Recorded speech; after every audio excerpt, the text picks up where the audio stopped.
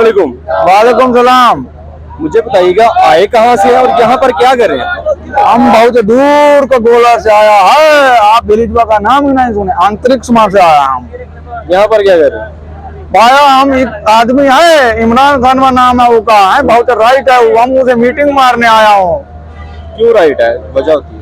मतलब वो बहुत राइट है ना, वो कहता है तुहार जो लोगन है ना, वो का जो है स्पोर्टिंग मारता है, तुहार जो है मुल्क के लिए, तुहार अर्थवा के लिए, वो बहुत दूर का गोला पे जाके वो कहता है एब्सोल्युटली नॉट। हाँ, तो कब से मतलब यहाँ पर क्या कर रहे हैं हम?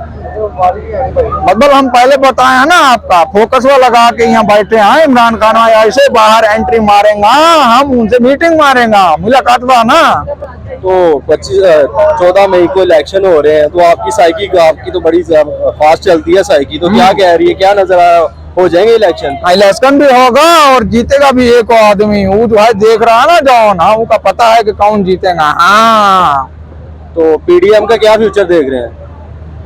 नहीं हम उनका बारे में कुछ नहीं कहता, हमका वीगो डाला ले जाएगा। वीगो डाला ले जाएगा? हाँ, क्यों, वो क्यों ले जाएगा जी? वो हम सुने हैं कि वीगो डाला ले जाता है, जौन भी उसका खिलाफ में बोलता है। ठीक है। हौदा।